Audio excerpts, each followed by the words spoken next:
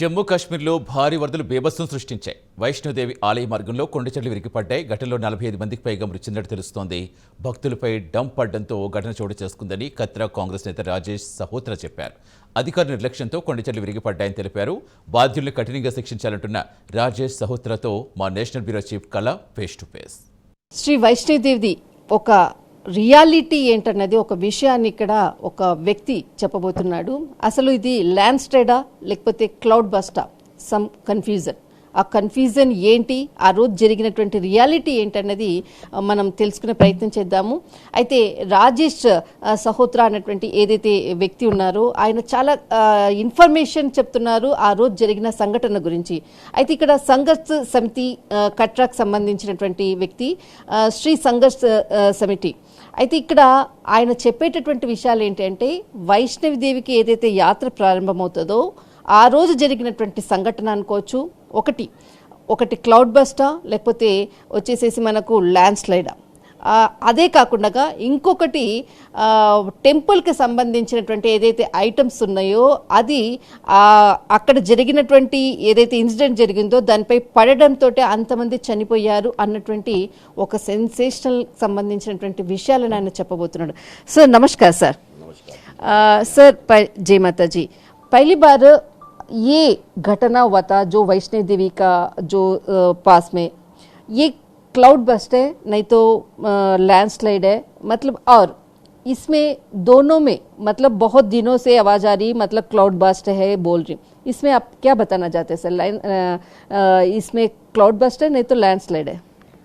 सबसे पहले तो जय माता दी, और मैं जितने भी यहाँ पे माँ वैष्णो देवी के श्रद्धालु जो इस त्रासदी में जिन्होंने अपनी जानें गंवाई हैं, मैं सबको श्रद्धांजलि आपके माध्यम से देना चाहता हूँ, आपके चैनल के माध्यम से देना चाहता हूँ, और उनके परिवार वालों को संवेदना देना चाहता हूँ कि माँ भगवती उनकी ताकत दे, हिम्मत दे, जो इस मुश्किल की घड़ी में भी वो अपने आप को संभालें, और जो घायल हैं उनके लिए प्रार्थना करता हूँ कि वो जल्द से जल्द ठीक होकर अपने घरों को वापस जाए.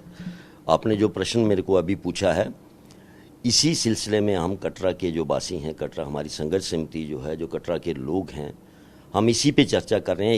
यही डिमांड हम भी कर रहे हैं सरकार से और यहाँ के एलजी प्रशासन से, श्राइन बोर्ड से, यही हम कर रहे हैं कि आप कम से कम इस पिक्चर को क्लियर करो कि क्लाउड बस्ट है, लैंडस्लाइड है, जहाँ उनका कोई डंपिंग स्टेशन है वहां से जो मलबा नीचे आया है. आपका जो दोनों का जो इंसिडेंट हुआ था उधर डंपिंग स्टेशन भी है? बिल्कुल मैम, अभी तक हमने जो सुना है, मैं तो वहाँ पे फिजिकली तो मैं वहाँ पे नहीं जा सका, क्योंकि अभी तो ये किसी को जाने नहीं दे रहे, मोबाइल वगैरह लेके, कैमरा लेके किसी को ऐसे भी नहीं जाने दे रहे हैं, क्योंकि वो अपना जो भी खाना पूर्ति करना चाहते हैं वो अपनी जो भी करना चाहते हैं. मगर आज की डेट में सबसे बड़ी बात यह है कि 40 हों, 42 हों, जो 35, जो अब पीछे आंकड़ा आया था 35, अब 40-42 का आंकड़ा हो गया है. जिन लोगों ने भी अपनी जानें गंवाई हैं उसका जिम्मेवार कौन है? अगर वो लोग वहाँ पे गए, दर्शन करने के लिए वो जाते हैं, उनको अलाउ किसने किया? एडवाइजरी जारी हुई थी, यूनिवर्सिटी बंद, कॉलेज बंद, स्कूल बंद, लोगों को कहा गया कि अगर आपको कोई ज़रूरी काम है तो घरों से बाहर निकलिए, अदरवाइज घरों से बाहर मत निकलिए. अगर मुझे ये कहा गया है कि आप अपने घर में बैठिए, तो जो लोग इतनी दूर से यहाँ पे आते हैं, माँ भगवती के दर्शन करने के लिए आते हैं, उसकी जिम्मेवारी किसकी है? उन लोगों को कैसे अलाउ किया गया कि वो वहाँ पे गए? एक चीज है सर, जो आपने बताया एडवाइजरी होने के बाद ये लोग अंदर का है ना परमिशन दिया था, छोड़ दिया. मैम यहाँ पे ऐसा है कि यहाँ पे एक कार्ड श्राइन बोर्ड की तरफ से इशू होता है, जिसको यात्रा पर्ची कहते हैं, RFT कार्ड इशू होता है. जब तक वो कार्ड किसी ने नहीं पहना होगा उसको बाणगंगा गेट क्रॉस नहीं करने दिया जाता. अगर वो कार्ड पहना है तो वो वहां पे गया, अगर उसको यात्रा पर्ची मिली है तो वो वहां पे गया. इट मीन्स कि उसको अलाउ किया गया. अब ये कहते हैं कि हमने यात्रा रोक दी थी. अगर यात्रा रोकी है तो यात्रा रोकने का मतलब होता है ट्रैफिक दोनों साइड से रोकी जाए. वैष्णो देवी भवन पे जो लोग थे उनको वहां रोका जाता, जो छांजी छात में थे उनको वहां पे रोका जाता, जो कटरा से यात्रा को वहां जाने के लिए अलाउ नहीं किया जाता. अगर वो लोग वहां पे आए तो किसकी जिम्मेवारी है? अब ये खाना पूर्ति करने के लिए प्राइम मिनिस्टर साहब एक्स पे पोस्ट करते हैं कि लैंडस्लाइड हुआ, एलजी साहब कहते हैं कि क्लाउड बस्ट हुआ, क्योंकि जिम्मेवारी वो चेयरमैन है, श्री माता वैष्णो देवी श्राइन बोर्ड के चेयरमैन है। अब उनकी जिम्मेवारी बनती है, अगर जहां किसी के साथ छोटी सी घटना होती है उसकी जिम्मेवारी श्राइन बोर्ड की है, चेयरमैन की है, सीईओ जहां पे जो बैठे हैं उनकी जिम्मेवारी है, डिप्टी सीईओ जो यहां पे बैठे हैं जो मैनेज करते हैं उनकी जिम्मेवारी बनती है। अपनी जिम्मेवारी पूरी खत्म करने के लिए उन्होंने कहा क्लाउड बर्स्ट। अगर मैम क्लाउड बर्स्ट हो, आपने देखा होगा मैक्सिमम आपने हिंदुस्तान में बड़ी जगह क्लाउड ब्रस्ट हुआ, हिमाचल में हुआ, उत्तराखंड में हुआ, आपने देखा हुआ क्लाउड ब्रस्ट जो है वो 4-4 किलोमीटर अपने निशान छोड़ता हुआ जाता है, मलबे को नीचे तक लेके जाता है। तो यहाँ कहाँ है निशान, कहाँ से क्लाउड ब्रस्ट हुआ, ऊपर से आया, कहाँ नीचे तक, कहाँ तक गया, ये सिर्फ खाना पूर्ति करने के लिए कर रहे हैं।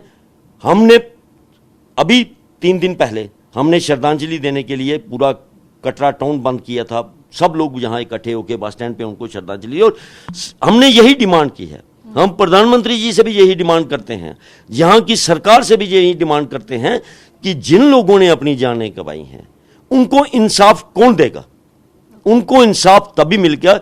अब एक एक परिवार के अगर 7 मेंबर हैं, एक उनकी दादी बची है, 6 के 6 उनकी फैमिली के बंदे चले गए हैं, तो उनको इंसाफ कब मिलेगा, उनकी हत्या का जिम्मेवार कौन है। ये एक क्रिमिनल ऑफेंस है, ये गलती है, ये ना त्रासदी है ना क्लाउड ब्रस्ट है। ओके, गलती की वजह से इतना बड़ा इंसिडेंट हुआ। सर, आप लोग जो भी ये धरना किया, सब लोग से बात किया, मतलब उन लोग से रिस्पांस, आपसे कुछ मीटिंग करना चाहते हैं और कुछ आगे बात करना चाहते हैं, किसी से आपसे कुछ बात किया? मैम ऐसा है कि हम लोगों ने यहाँ पे, इन्होंने एक, हम आज से नहीं काफ़ी समय से हम यही डिमांड कर रहे हैं, ये हिमालयन रेंज है, ये नौजवान पहाड़ हैं, ये माँ भगवती का त्रिकुटा पर्वत जो है, हमने बार बार कहा कि इसके साथ छेड़खानी मत कीजिए। माँ भगवती की आस्था, हमारे सनातन धर्म की आस्था, हमारे हिंदुओं की आस्था के साथ मत खिलवाड़ कीजिए। बैटरी का रोड बना दिया, हम लोगों ने तब भी प्रोटेस्ट किया कि यात्री जो है वो पैदल जब जहां से मां भगवती के दरबार तक जाता है, उसको अगर 3 घंटे लगते हैं तो 3 घंटे में, 1 घंटे में अगर 60 मिनट है तो 3 घंटे में 180 मिनट वो मां भगवती के जयकारे लगाता है, जय माता दी बोलता हुआ जाता है। वो चाहता है मैं वैसा जाऊं। इन्होंने बैटरी कार सिर्फ अपने वीआईपी कल्चर को स्टैंड करने के लिए, नेता, अभिनेता, बड़े बड़े पॉलिटिशियंस वहां से गाड़ियों में जा रहे हैं, सारी पहाड़ी को खोखला कर दिया। 1 गुफा, 2 गुफा, 3 गुफा। कितना गुहा था सर पहले, मतलब पहले 15 साल पहले जो भी पढ़ने से पहले एक ही गुफा थी, प्राचीन गुफा, जिसके नीचे से माँ के भगवती का झरना बहता है, गंगा मैया बहती है, वहां से लोग जल का आचमन करते थे, बैठ के झुक के माँ भगवती के दर्शन करने के लिए जाते थे। आज इन्होंने टोटल कमर्शियल कर दिया, हमारे हिंदुओं के जितने भी स्थान हैं इन्होंने टोटल कमर्शियल कर दिया है, सिर्फ अपने पैसा कमाने के लिए। हम लोगों ने कहा कि रोपवे मत लगाओ, इस पहाड़ी को खोखला मत करो। आपने जो बोल रही है ना, इतना मतलब जो भी है पहाड़ों का टूटा, ये सब कुछ करे, ये लोग गवर्नमेंट ने बता रही टूरिज्म को डेवलप करना जाता है, और श्रीनगर में और जम्मू में डेवलपिंग के लिए हम सोच रही है, इसलिए सब कुछ पहाड़ों को छीट छाट करके ये रास्ता ये सब कुछ बना रही। इसके बारे में आप क्या बताना चाहते हैं? मैं आपके चैनल, आपका नेशनल चैनल है, मैं ये पूरे हिंदुस्तान की जनता को ये पूछना चाहता हूँ और आपसे भी ये बात कहना चाहता हूँ। आप दुनिया की डेवलप कंट्री हैं जिनको बोलते हैं, आप उनको देखिए, चाइना को देखिए, जापान को देखिए। डेवलपमेंट का ये मतलब नहीं है कि पहाड़ों को काट के आप डेवलपमेंट करो। डेवलपमेंट का मतलब है कि पहाड़ों के साथ साथ आप फ्लाईओवर पे, आप चाइना में देखिए, जापान में देखिए, उनका 250-250 किलोमीटर रोड जो है वो फ्लाईओवर के ऊपर है। इनकी डेवलपमेंट ये है कि पहाड़ों को काटो और डेवलपमेंट करो। हम लोगों को इन्होंने, हमने कहा कि इन पहाड़ों को मत चलनी करो। गंडोला रोपवे जो इशू हैं, गुफा बनाई, जो किया, एक गाड़ी जेसीबी मशीनें 24 घंटे इन पहाड़ों पे चलती रहती हैं, कुछ ना कुछ ये करते रहते हैं। इन्होंने हमें कुछ दबाने के लिए हम लोगों को उठाया, जेलों में डाल दिया अपने प्रोजेक्ट को। फिर हमको कहा कि आपसे बातचीत करते हैं, चोरी छुपे काम लगाते हैं। माँ भगवती ने एक मैसेज दिया है,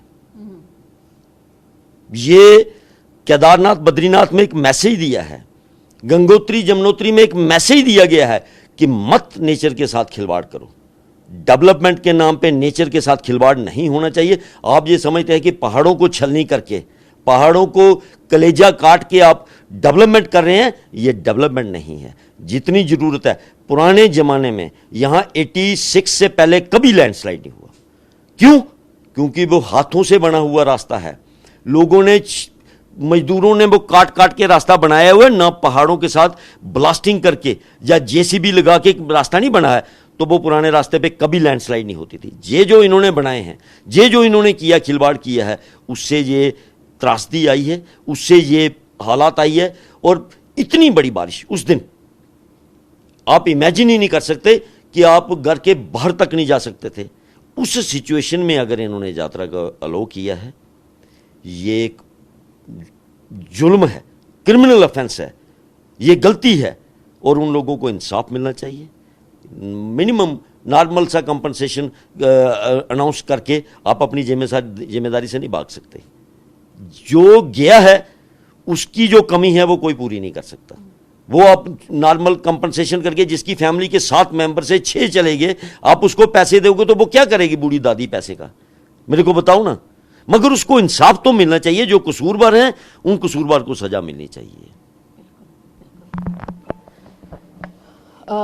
రాజేష్ జీ చెప్పినటువంటి ఏదైతే విషయాలు ఉందో, నిజంగా వైష్ణవిదేవి టెంపుల్లో క్లౌడ్ బస్ట్ తర్వాత ఏదైతే ల్యాండ్ స్లైడ్ అనేది ఏదైతే న్యూస్ అంతా వచ్చింది, కానీ రియాలిటీ ఆయన చెప్పినటువంటి విషయాలు ముఖ్యమైనటువంటిది.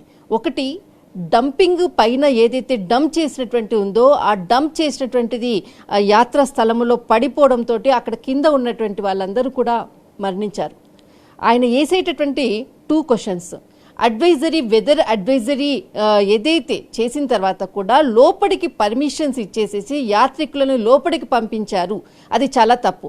అలా చేయడం వల్లనే ఆ లోపల ఎవరైతే ఉన్నారో, యాత్రా స్థలంలో ఉన్నారో, పైనుంచి ఏదైతే డంపింగ్ది పడడంతో లేదంటే ఏదైతే ల్యాండ్ స్లైడ్ కావడంతో మొత్తం అంతా కూడా యాక్సిడెంట్ అయింది. కానీ రియాలిటీ ఒకటి, వెదర్ ఏదైతే రిపోర్ట్ వచ్చిన తర్వాత కూడా ఎవరు కూడా బయటికి రాకూడదు అన్నటువంటి ఒక అడ్వైజరీ ఇచ్చిన తర్వాత కూడా యాత్రికులను లోపలికి ఎందుకు పంపించారు?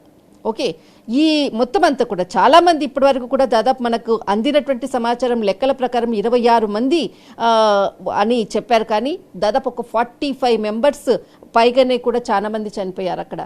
కానీ ఆయన చెప్పినటువంటి విషయాల్లో రియాలిటీ 2 క్వశ్చన్స్.